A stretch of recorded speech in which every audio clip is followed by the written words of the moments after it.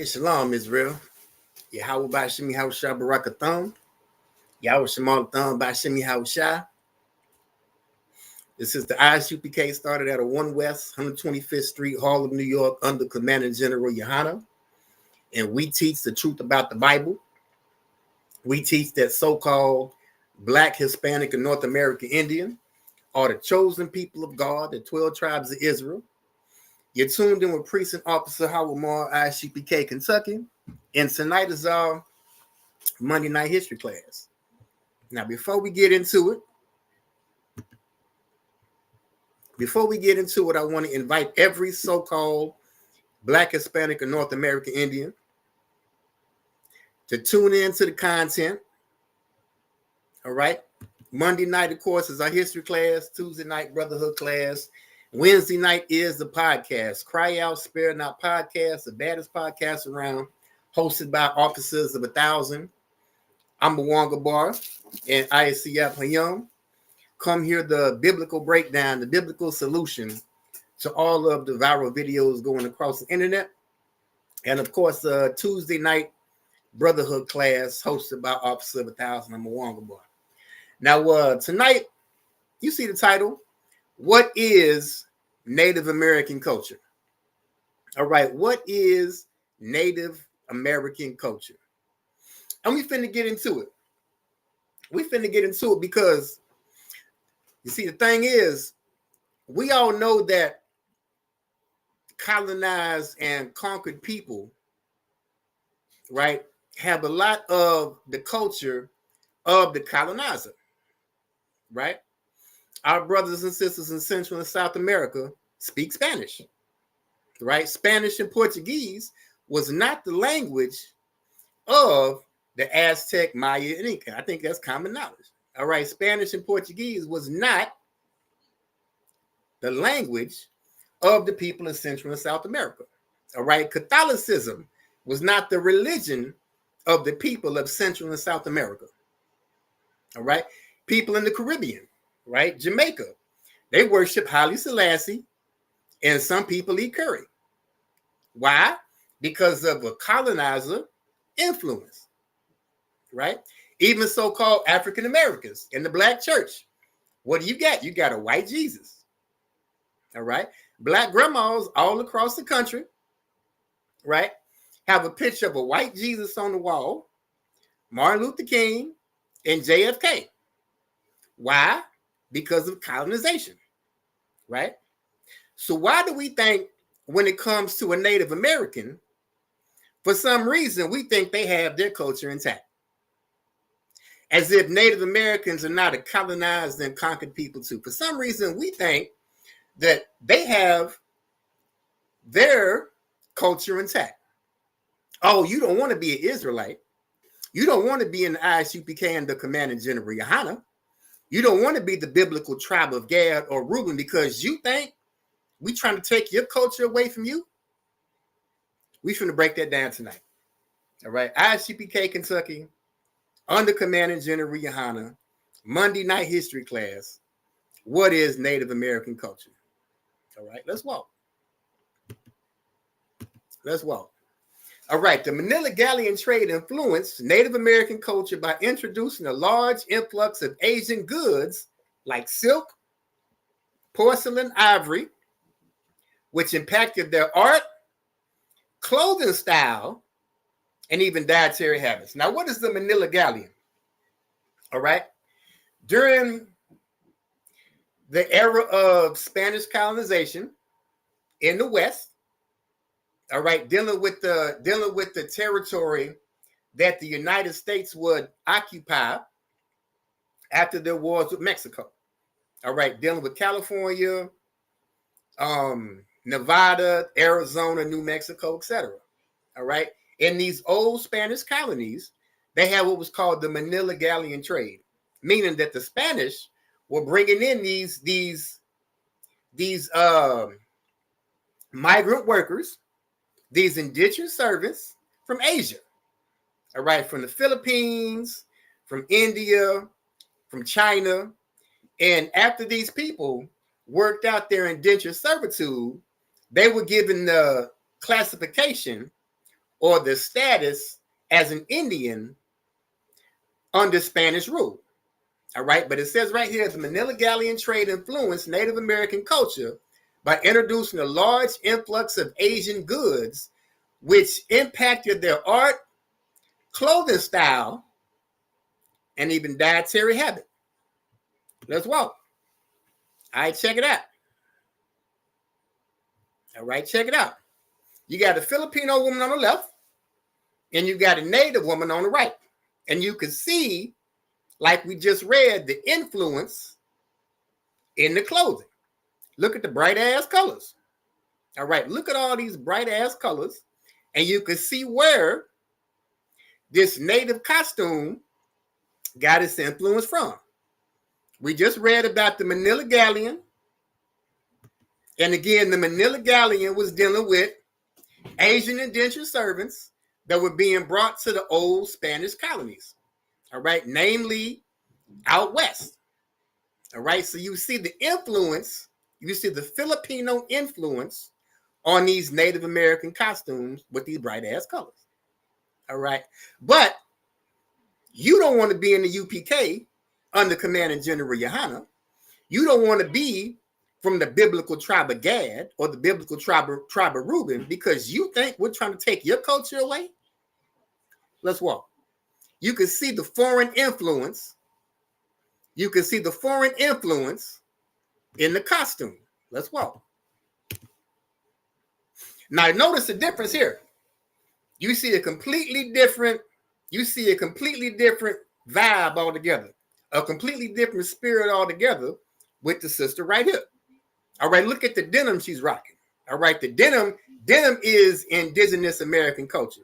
You see, she's rocking more of the style that we wore when a lot of these tribes were coming north out of Mexico, right? A lot of these tribes like the Seminole, right, the Chickasaw, the Choctaw, when we were coming out of Mexico, you dig? And this denim and this cowboy culture is old indigenous American culture prior to being colonized, prior to colonization. And you see the completely different spirit and a completely different vibe of the clothing on this sister right here, on this Indian woman here. Let's walk. All right, Native American culture, the Buffalo Bill Wild West show presented an exalted narrative of the triumph of civilization over savagery, and English audiences, as we have seen, were not invited to reflect on the complex histories of Native American people. Now, what does this mean?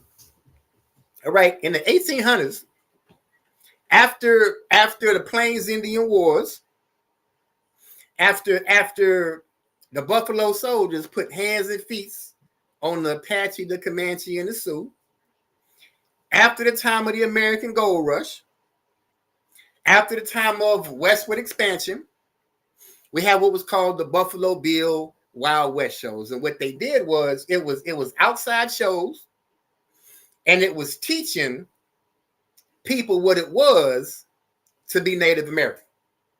All right, teaching people what it was to be Native American.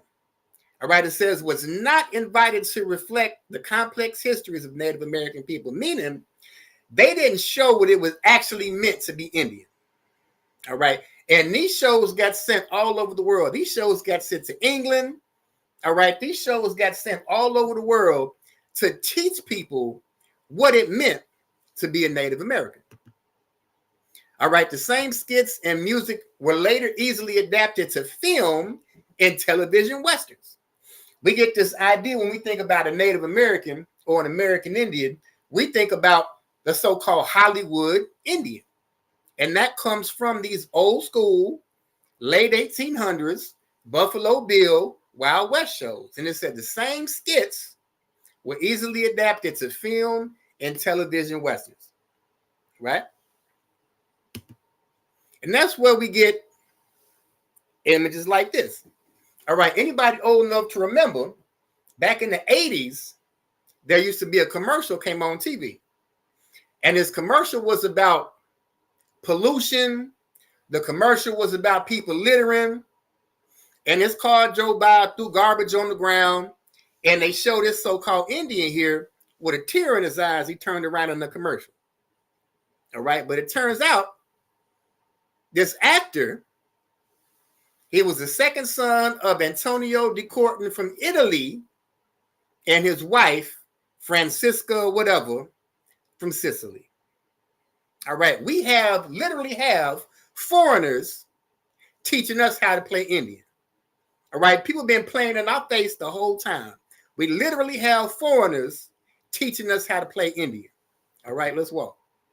All right, here's your source, Buffalo Bills, Lakota Indians, 1887.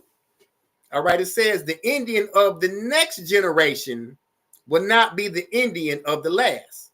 The white man takes more and more of our land, but the United States government is good. They are educating our children. For myself, I know it is no use fighting against the United States government. So what is he saying? All right, the Indian of the next generation will not be the Indian of the last. Remember that first outfit I showed you? Woman had the costume on looking like a Filipino. And I showed you the sister that was wearing the old school denim, right? That old school indigenous culture. Because the Indian of the next generation will not be like the Indian of the last. It says the United States government is educating our children.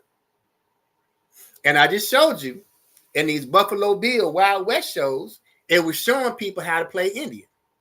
And this is what became famous in television westerns. All right. Foreigners playing in our face, teaching us how to be Indian.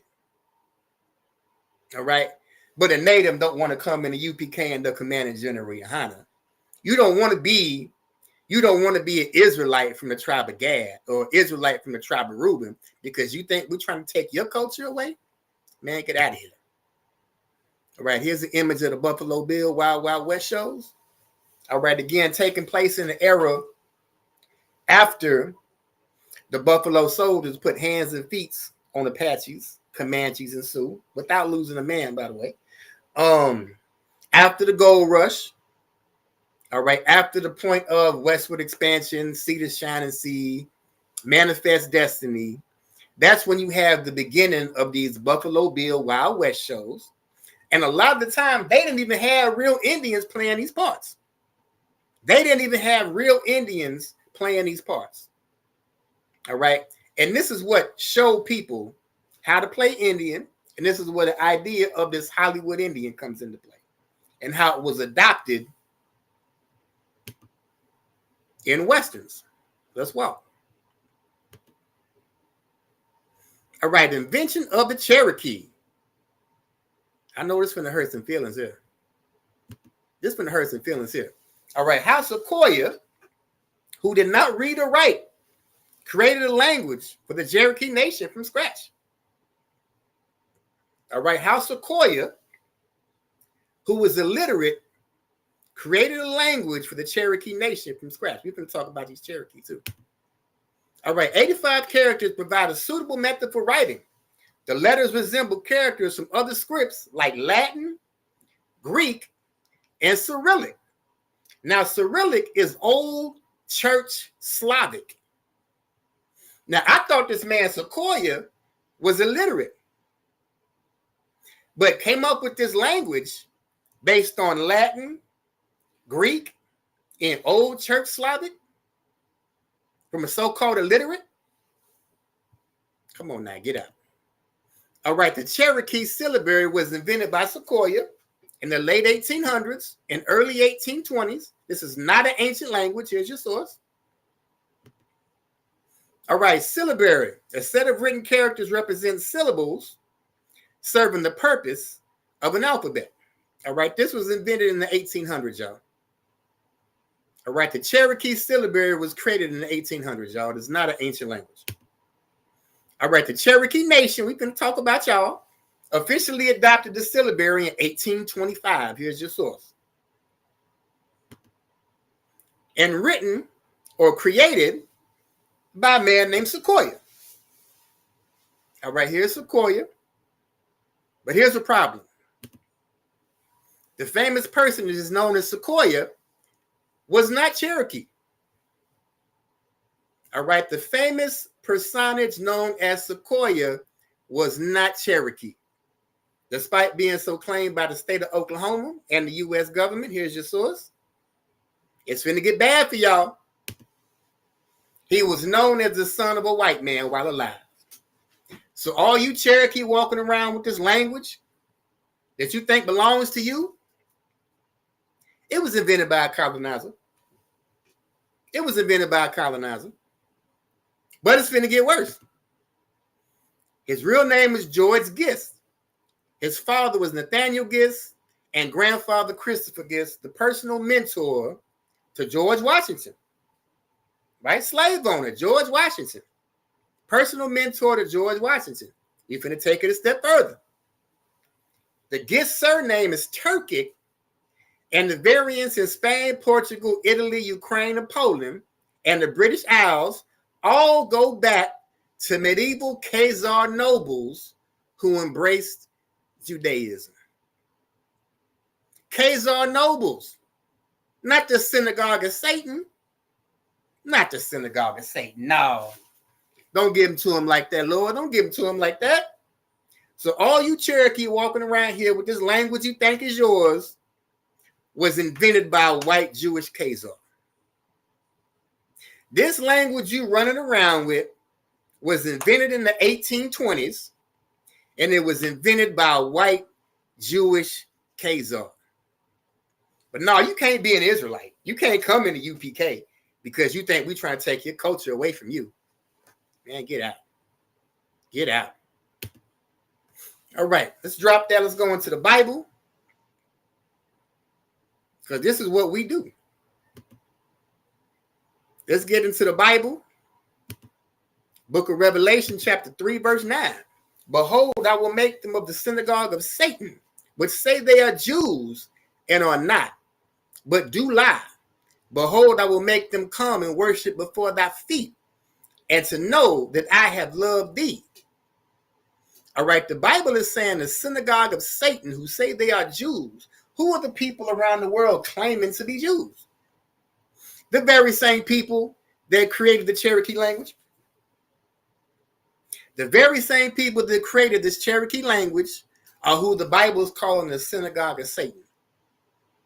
It says, but I will make them come and worship before thy feet, and to know that I have loved thee. All right, you actual Cherokee, you real Cherokee that was probably labeled freedman. Shout out to my freedmen. All right, you're the one that the Lord loved. That thee is talking about you. But you want to worship. You want to worship a Khazarian Jew named Sequoyah who invented the Cherokee language in 1825. Let's walk. All right, let's drop that. Revelation 2 and 9. It says, I know thy works in tribulation and poverty, but thou art rich, and I know the blasphemy of them which say they are Jews and are not, but are of the synagogue of Satan. All right, the Bible says, I know thy works in tribulation and poverty. Listen, man, look, we know that poverty. All right, we know the poverty that exists on these reservations. All right, shout out Captain Mauquad. All right, Captain of 13,000, Mauquad. All right, shout out Captain DeBar Mott out of Milwaukee. And the excellent work these mighty men of the Lord did on the Menominee Reservation. Just last week. Just last week. All right, the mighty work these mighty men of the Lord did on the Menominee Reservation just last week. All right, we know the poverty that exists on these Native American reservations. All right, but the Bible says thou art rich. All right, you're rich. You're rich because you're the children of God. All right, you're not rich because you're Menominee. You're rich because you're the biblical tribe of Gad. And the Bible says, I know the blasphemy of them which say they are Jews and are not, but are of the synagogue of Satan. All right, again, you Cherokee running around with this language of yours that only goes back to 1825 was written by a white Khazarian Jew. And the Bible is calling these people the synagogue of Satan. But again, you don't want to come in the ISUPK, the Commander General Yohana, because you think we're trying to take your culture away. Sidebar for a second. Y'all do know Jewish folks own slaves, right? Y'all do know Jewish folks own slaves, right? Sidebar. Y'all do know Jewish folks had a big impact on Margaret Sanger and Planned Parenthood, right? Y'all do know the influence that Jewish people had on Planned Parenthood, right? You do know in the 1970s, 40% of Native women on reservations were forcefully sterilized, right? Just a sidebar. All right, back to business. All right, y'all heard about these? Y'all be hearing about these clans and whatnot? Y'all be hearing about these clans, the Bear Clan, the Wolf Clan, the Turtle Clan, whatever. All right, the Bear Clan, the Wolf Clan are part of clan systems of several Native American nations, including the Mohawk and the Oneida.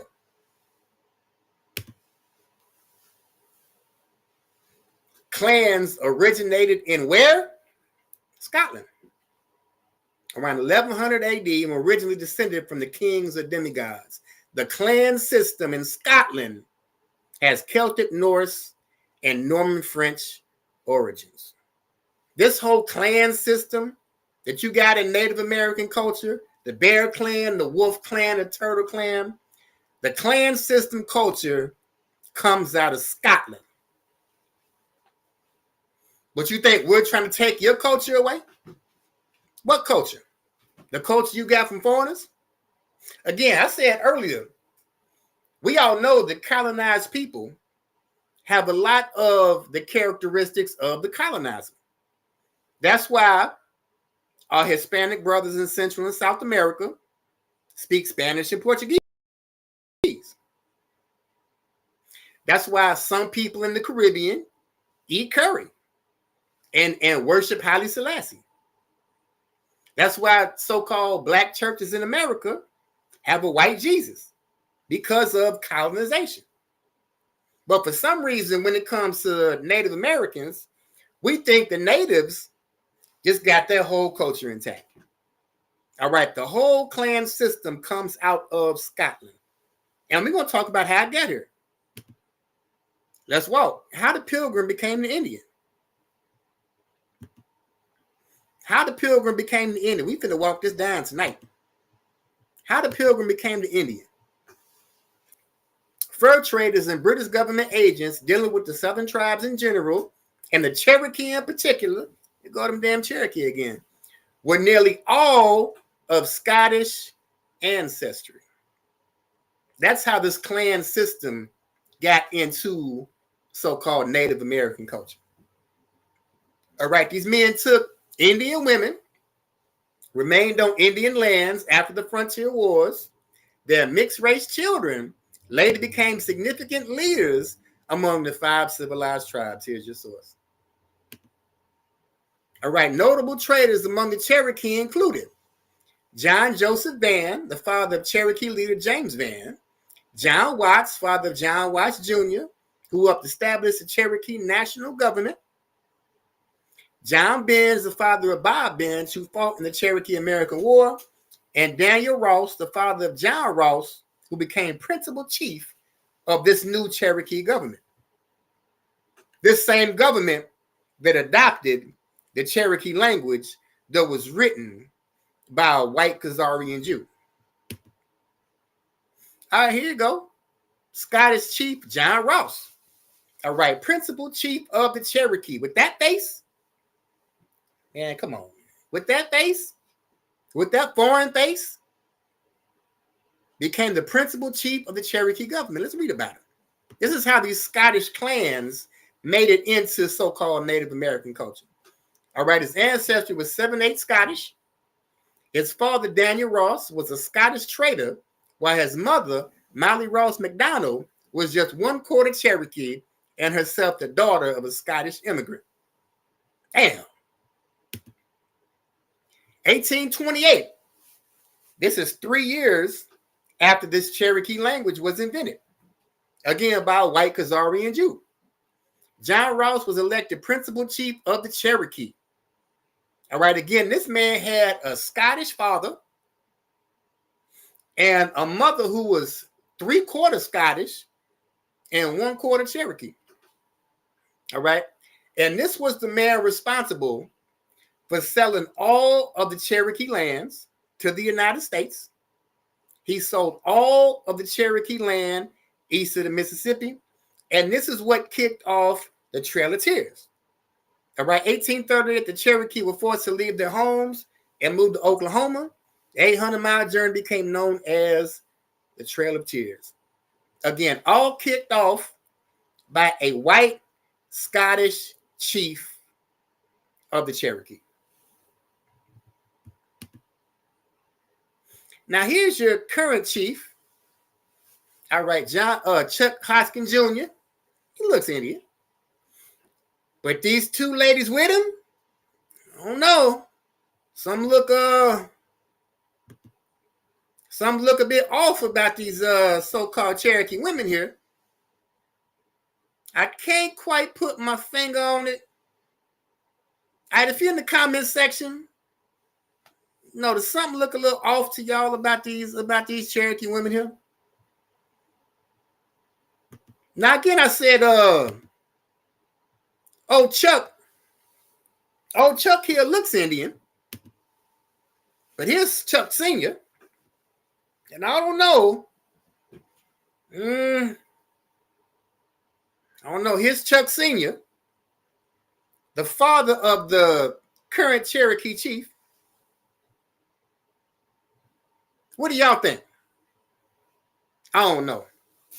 All right, I'm just a priest in the Lord. In the ISUPK, the Commander General. I don't know. What do I know? All right. Cherokee Tribal Youth Council, 2016. All right, Cherokee Tribal Youth Council, 2016. Something look a little off to y'all? Cherokee Tribal Youth Council, 2016. Does something look a little off to y'all? If y'all see it, type it.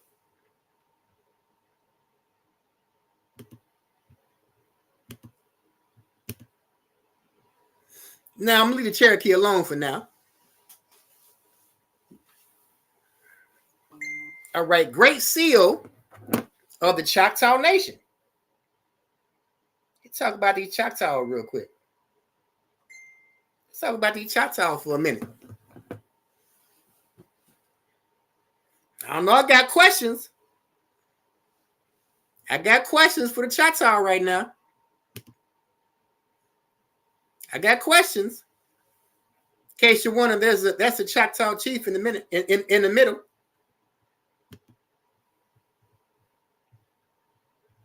That's a Choctaw, current Choctaw chief in the middle. You see the woman got the Trail of Tears shirt on. These are Choctaw. These are Indians. These are Indians right here. I got questions. I got questions.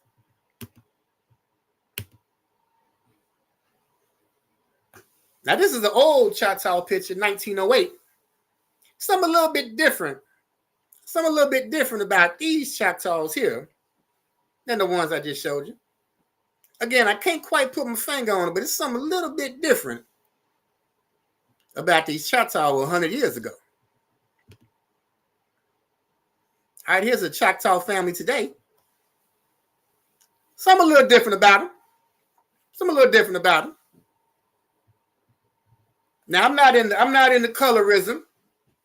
I'm not into colorism, but I do got a few questions. I'm not saying they're not Choctaw, but I got a couple questions. I got a couple questions for them. All right, here's an old Choctaw chief. All right, 1764 to 1824. Here's an old Choctaw chief. And here's current Choctaw chief Gary Batten. Here's current Choctaw chief Gary Batten with that hairline and that foreign face. Current Choctaw chief Gary Batten with that hairline and that foreign face. But again, you can't be in the ISUPK became the Commander General Yohana You can't be from the biblical tribe of Reuben because you think we're trying to take your culture away. Come on now. This is y'all current chief with that hairline in that foreign face. Let's walk. Let's walk. Here's his mama. All right, born 1938. Now she's Indian, clear as day. His mom is Indian, clear as day. All right, even says it right here on the census. All right.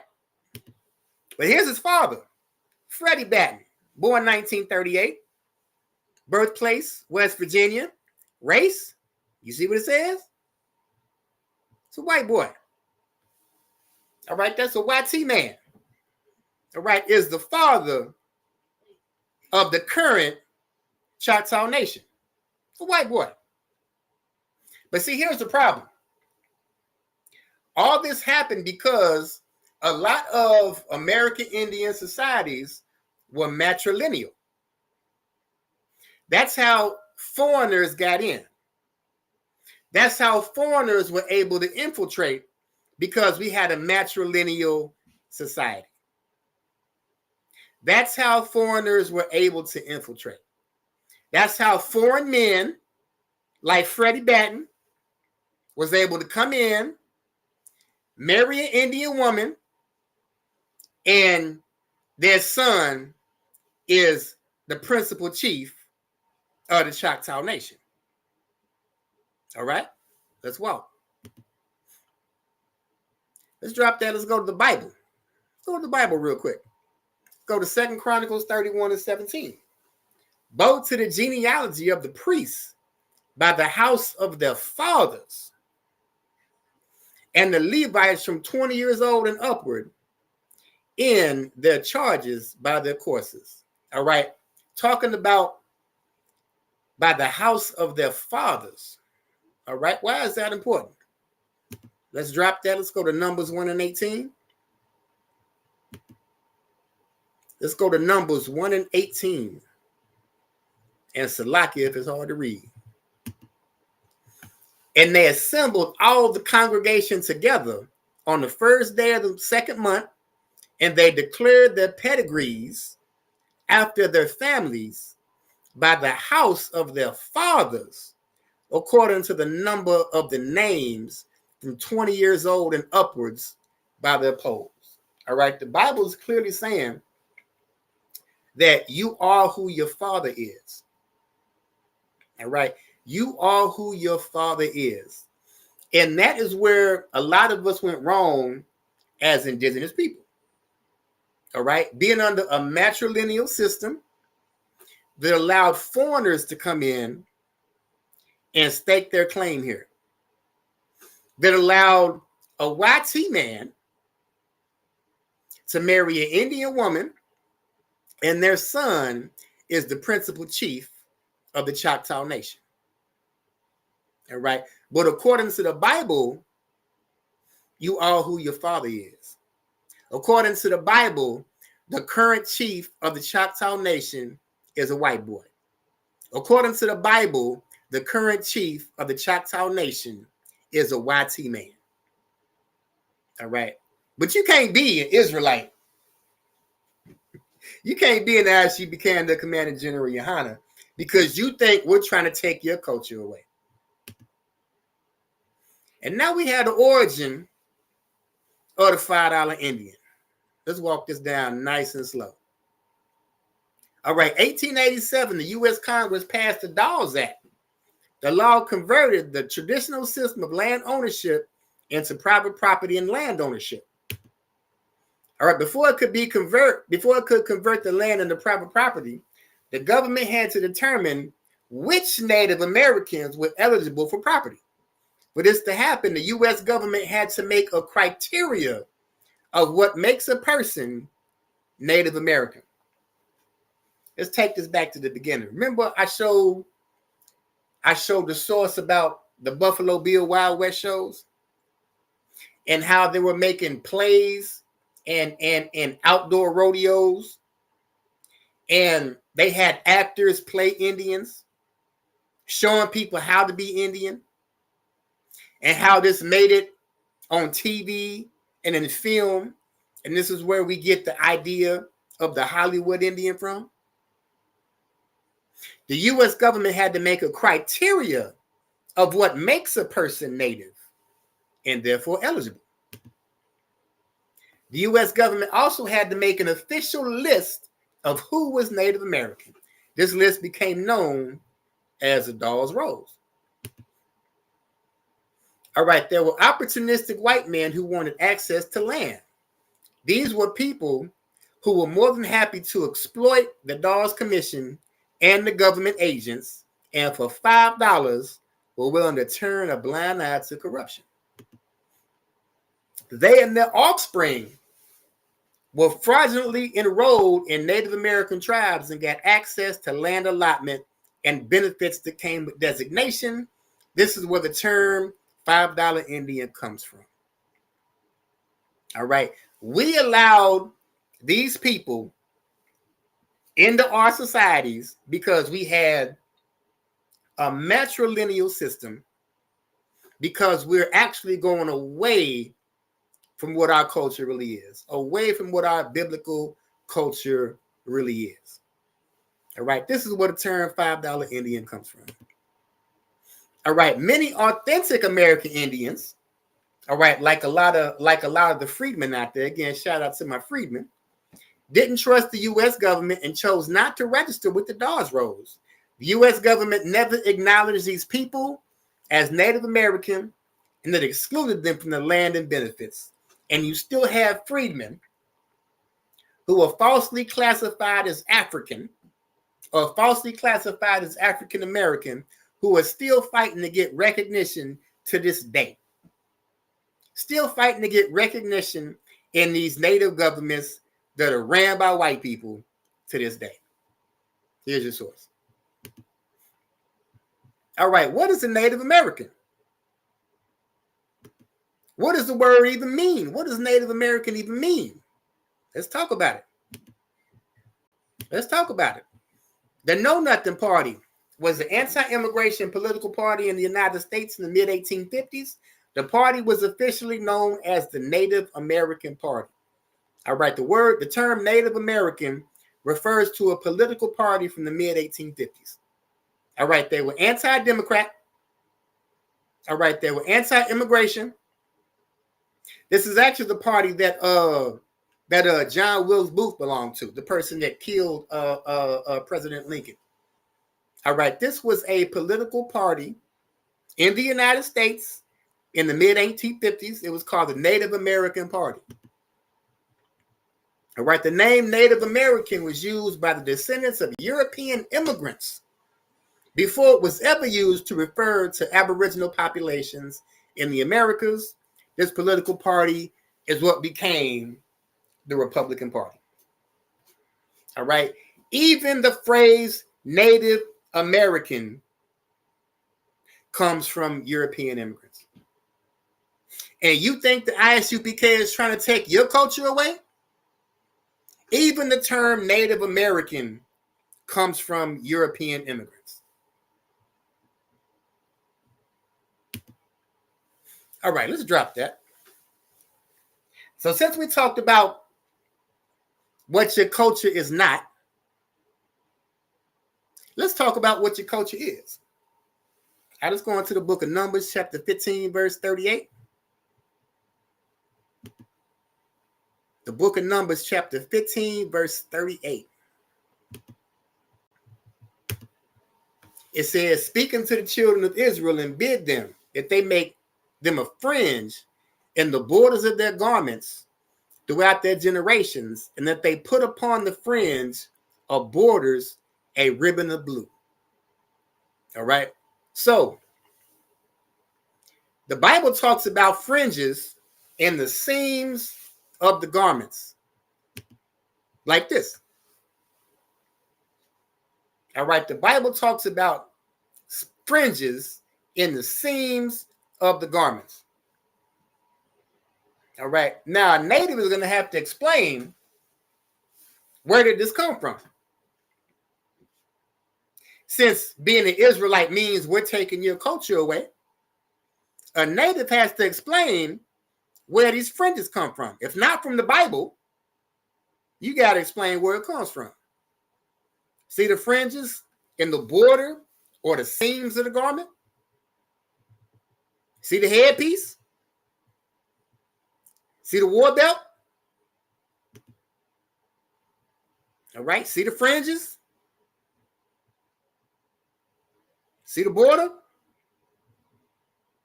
All right. A native has to explain where these fringes come from. All right. Today, in the vastness of the Everglades, and we're talking about Florida, a band of wild Indians chant the name of the great God in the Hebrew tongue, a name that is meaningless in its original form to thousands of educated Americans. The name of God in Hebrew, the Lord's name, is Yahweh in the Hebrew. So we're talking about wild Indians in the Everglades. Speak Hebrew. All right, from its use in the depth of the Everglades, one may work back to the prehistoric ruined temples of Mexico and the Yucatan, so similar to those in Egypt, and thus may find in Seminole speech a language link to connect the New World to the Old. We're going to talk about Mexico here in a minute. We're going to get to Mexico here in a minute and why this is relevant. All right, Prescott in his History of Mexico refers to some traditions of the Aztecs as bearing a singular resemblance to those found in the scriptures. More or less does one start with surprise and awe as he notes in the Indians of Florida a strict observance of those customs as well as religious beliefs as laid down in the book of Leviticus. Source, Seminoles of Florida, 1920. All right, the native has to explain this. All right. Customs as well as religious beliefs as laid down in the book of Leviticus. A native has to explain this. And why does it keep mentioning Mexico? I'm going to tell you. No sweat, I'm going to tell you. Now you get, when it's talking about the wild Indians in Florida. All right, this is 1933. It says Miccosukee sisters in the Everglades City. Now, Miccosukee is one of the tribes that banded together to form the Seminole Nation. All right, Seminole is not one group of people. All right, Seminole is a group of smaller tribes that were being forced south and actually fought against the expansion of the 13 colonies. Now, if you notice, remember I showed you the women at the beginning? These women here are dressed like the second sister I showed you with the denim and the fringes on the sleeves. You notice they're not wearing them bright ass colors like the first picture I showed you with that Filipino influence. All right, after the conquest of Mexico by Cortez in 1520, Aztecs left Mexico, some Aztecs left Mexico, and gradually traversed the country until 1620. We find them in Alabama, where they added other bands to their ranks. The British named them Creeks. All right, shout out to my Creeks. From the many small streams that traverse the country. Thus, the great Aztec Muskogee tribe of the Mexican Empire, vanquished by Cortez, became 100 years later the Creek Confederacy, from which branched the Seminoles. Here's the importance of some of that indigenous culture that was coming out of Mexico and coming into the American South. Because again, these people were fleeing colonization of the Spanish. And they were bringing some of that indigenous culture, like the denim sister, the sister with the denim on I showed you at the beginning. And like the Miccosukee women I just showed you, they had them dresses on. All right, they were bringing some of that culture from Mexico into the American South. And as you can see, like I showed you, it's completely different is completely different than that Filipino influenced bright ass colors on them Native American costumes out west. All right, I showed y'all it's a complete difference. All right, the Choctaw and Chickasaw were once a one tribe before their migration from some distant country to the west to the ancient domain east of the Mississippi River, claims for them a Mexican origin. Again, they were fleeing colonization. They wanted no part of the Spanish, and this particular group left out of Mexico and took their indigenous culture with them into the American South. And this is where you get the culture of the real Choctaw, the real Chickasaw, Seminole, Creek, and Cherokee. All right.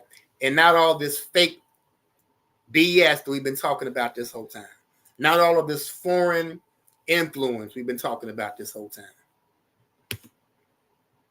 All right, Adair and his American Indian says the Choctaw and Chickasaw descended from a people called the Chickamauga, who were among the first inhabitants of the Mexican Empire. Here's your source. And since we're talking about Mexico, why is Mexico so important?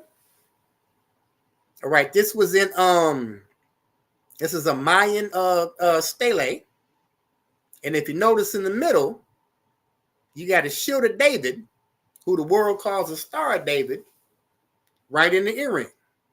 And this isn't just speculation. All right, this is October 16, 1971. Professor Wells Jakeman from Brigham Young published an article titled The Star of David in Ancient America. Part of sculpture and bas relief on a stele recently unearthed in Campeche, Mexico, and now at the National Museum of Mexico. According to Professor Alexander von Waterloo, he also wrote a book called Unexpected Faces in Ancient America. Go ahead and check it out. In Mexico City, the ear ornament is an earring which has in its center the Star of David. All right, this is not speculation. There is a sculpture, a Mayan sculpture, with the Star of David in the earring. All right, Star of David in the earring. All right, this is the culture of the indigenous people of the Americas. Not some fake Cherokee language that was invented in 1825 by a white Khazarian.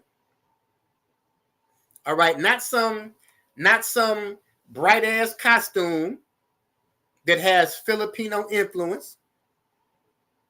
All right, this is the actual culture of the indigenous people of the Americas. All right, here's your source. A quote from George Catlin, 19th century explorer.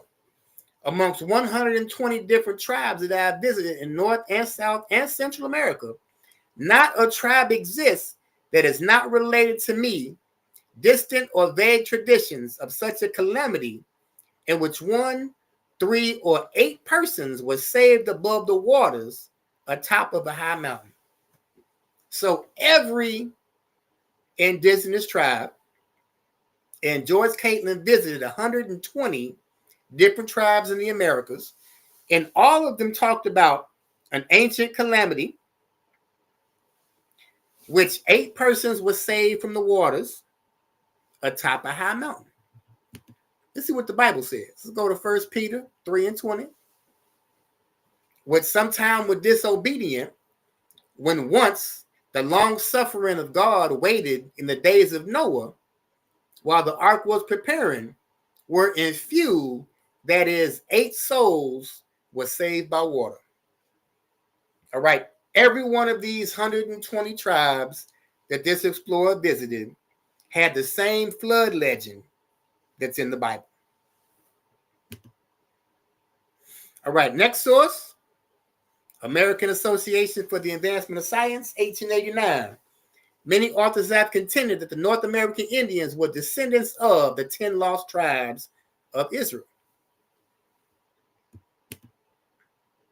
Source, publication of the American Jewish Historical Society, 1649, Eliot the missionary announced that the Indians were of Hebrew origin. God damn. Next source, Smithsonian Institution, 1849. The Indian who wrought the rude outlines upon the rock of Dighton little dreamed that his work would ultimately come to be regarded as affording indubitable evidence of Hebrew adventure and colonization in America. Next source, History of the American Indian. From the most exact observations I could make in a long time I traded among the Indians, I was forced to believe them lineally descended from the Israelites. Let us now turn to the copper-colored American Hebrews. All right, how many sources do you need? How many sources do you need? Or do you want to hold on to a culture that was given to you by a foreigner? Do you want to hold on to the idea of the Hollywood Indian that was given by Buffalo Bill Wild West shows, and he wasn't even using real Indians half the time in these stories? You want to hold on to a fake Cherokee language invented in 1825 by a white Khazarian. You want to hold on to these white chiefs you currently have right now, instead of being an Israelite, and in the ISUPK became the Commander General Yana.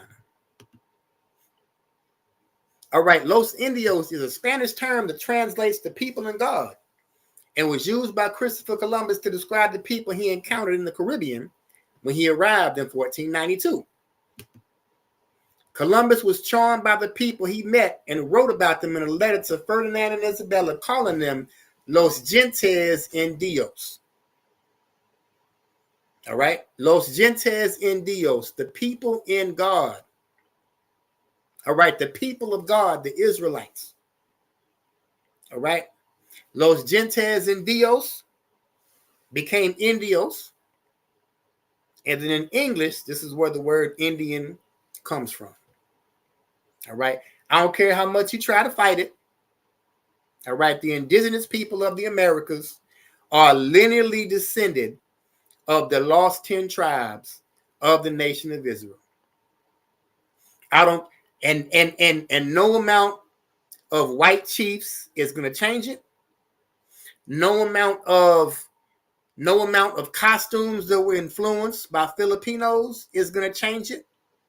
And not even that fake Cherokee language that was created in 1825 by a white Khazarian Jew is going to change it.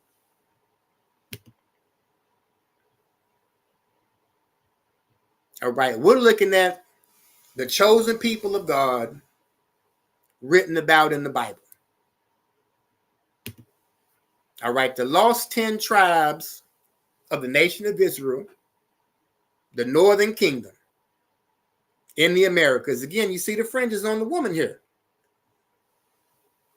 All right, the fringes are biblical. All right, a native is going to have to explain that to me. A native is going to have to explain that to me. And again, you notice, all right, look at the brother here. You notice nobody here is wearing them bright ass colors. Like I showed you on that costume, on that Halloween looking costume I showed y'all at the beginning. All right, before we end it, I'm going to sidebar slightly. All right, the American Indian Records Repository, a facility in Lenexa, Kansas, that stores Indian records in limestone caves that are 100 feet underground. There are Indian records in Kansas. There are Indian records in Kansas in a cave 100 feet underground. Source, U.S. Department of the Interior. Here it is. Indian Records Repository, U.S. Department of the Interior. And this is in a cave. I wonder what they're hiding in there. All right, this is in a cave in Kansas, 100 feet underground. I wonder what they're hiding in there. But forget about what they're hiding. Let's see what's in plain sight. It says U.S. Department of the Interior. All right. Now, the USDA comes out of the Bureau of Indian Affairs. All right. In its early history, the American economy was largely farming. 1829, James Smithson, the Smithsonian Institute was established, though it did not incorporate into agriculture just yet. All right. So again, the USDA comes out of the Bureau of Indian Affairs. All right. 1849, the Patent Office was transferred to the newly created Department of the Interior. Now, the Department of the Interior is who owns that building that's in that cave that has all the Indian records in it. All right, that is controlled by the Department of the Interior. All right, within the department, the Bureau of Indian Affairs handles federal relationships with American Indians. All right. All right, Henry Levitt Ellsworth, Commissioner of the Patents for the Department of State, Commissioner to Indian Tribes, and founder of what became the USDA. All right, the USDA comes out of the Department of the Interior and the Bureau of Indian Affairs. And this is a department that controls that cave, that underground cave in Kansas that has all of those Indian records in it. You follow me? All right. The USDA comes out of the Bureau of Indian Affairs and the Department of the Interior. And this is the commission that owns and controls all of those Indian records underground in a cave in Kansas. Now, where am I going with this? What does the USDA do? All right, 71% of the USDA's $213 billion budget goes toward nutrition assistance programs. The largest component of the F&S budget is the Supplemental Nutrition Assistance Program, formerly known as the Food Stamp Program, or SNAP, is the cornerstone of USDA's nutrition assistance. All right, again, the USDA comes out of the Bureau of Indian Affairs and the Department of the Interior. These are the people that control that underground cave in Kansas that has all of those Indian records in it. All right. And the 71% of the budget of the USDA goes toward the SNAP programs. All right. Formerly known as the Food Stamp Program. Why is this important? American Indians have been far more likely to experience food insecurity, more than white Americans, Black Americans, or Hispanic Americans. About 1 in 4 Native Americans have experienced food insecurity compared to 1 in 7 Americans overall. All right, what does that mean? That means that indigenous people are being starved to death on these reservations. American Indians are being starved to death on these reservations.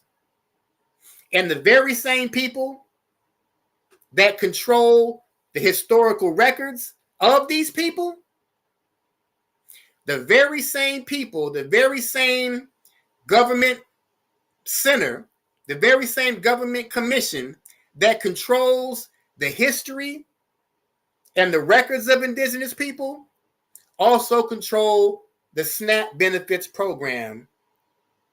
And 1 in 4 indigenous people are experiencing food insecurity. All right, the white man is the goddamn devil that the Bible speaks of. All right, again, 1 in 4 Native Americans have experienced food insecurity compared to 1 in 7 Americans overall. Indigenous people are being starved to death on these reservations. And the very same government agency that controls the historical records of Native Americans also control the SNAP program. And Native Americans are starving on these reservations. All right, the white man is the devil that the Bible speaks of. All right, the white man is the devil that the Bible speaks of. So let's drop that. Let's go ahead and end it with the scripture.